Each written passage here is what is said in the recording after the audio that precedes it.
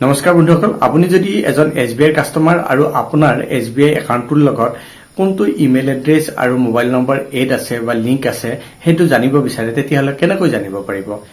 যদি আপুনি জানিব বিচাৰিছে, চাই থাকক এই ভিডিঅ'টো শেষলৈ। আমি এই টপিকটোৰ ওপৰতে কথা পাতিবলৈ গৈ আছো। নমস্কাৰ বন্ধুসকল, মই প্ৰণৱ আৰু স্বাগতম জনাইছো মোৰ ইউটিউব চেনেল ডিজি ৱৰ্ল্ড অসমলৈ। বন্ধুসকল, প্ৰথমতে আমি অনলাইন SBI যিটো ৱেবছাইট আছে তাতে গুচি যাম আৰু আগৰ প্ৰচেছখিনি ষ্টেপ বাই ষ্টেপ দেখুৱাম। বন্ধুসকল, আপোনালোকে দেখা পাইছে আমি আমাৰ মোবাইলৰ স্ক্ৰীনত আহি গৈছো। ইয়াত আমি গুগল অপেন কৰি লম। গুগল অপেন কৰাৰ পাছত আমি গুগলত টাইপ কৰিম অনলাইন SBI আৰু সাৰ্চ কৰি দিম।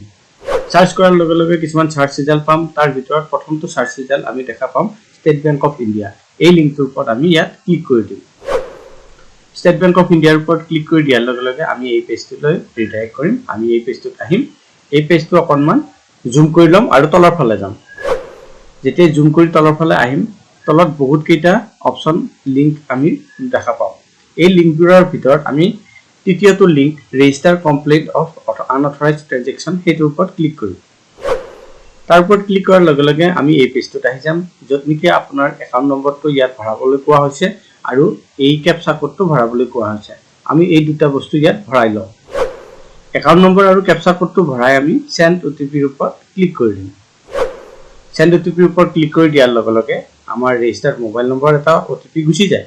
গতিকে এতিয়া আপুনি ইয়াত চাব পাৰে তলত লিখা আছে OTP has been sent to your registered mobile number।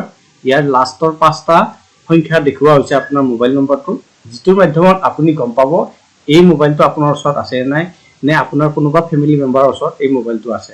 গতিকে এই মোবাইলটোৱে আপোনাৰ একাউণ্টটোৰ লগত লিংক আছে। আকৌ আৰু এটা কৈছে has been sent to your registered email ID। আপোনাৰ ৰেজিষ্টাৰ্ড ইমেইল আইডিটো পঠোৱা গৈছে এই OTPটো। যদি আপোনাৰ ৰেজিষ্টাৰ্ড ইমেইল আইডি আছে, এনেকৈ ৰেজিষ্টাৰ্ড ইমেইল আইডি কেইটামান আখৰ দেখুওৱা হ'ব, যিকেইটা আখৰৰ মাধ্যমত আপুনি গম পাব আপোনাৰ কোনটো ইমেইল আইডি ইয়াৰ লগত লিংক আছে। আৰু যদি ইমেইল আইডি নাথাকে, তেতিয়াহ'লে ইয়াত ইমেইল আইডিটো নেদেখুৱাব। গতিকে আপুনি এনেকৈয়ে গম পাব পাৰে আপোনাৰ SBI একাউণ্টৰ লগত কোনটো মোবাইল নম্বৰ লিংক আছে। আশা কৰিছোঁ এই ভিডিঅ'টো আপোনালোকৰ পচন্দ হৈছে। কেনেকৈ আপুনি আপোনাৰ SBI একাউণ্টৰ লগত লিংক মোবাইল নম্বৰ আৰু ইমেইল এড্ৰেছটো জানিব পাৰে তাৰ বিষয়ে জানিব পাৰিলে। যদি এই ভিডিঅ'টো পচন্দ হৈছে, ভিডিঅ'টো কৰক লাইক আৰু চেনেলটো ছাবস্ক্ৰাইব কৰিবলৈ নাপাহৰিব। পুনৰ লগ পাম আন এটা ভিডিঅ'ত। তেতিয়ালৈ বন্ধুসকল, নমস্কাৰ।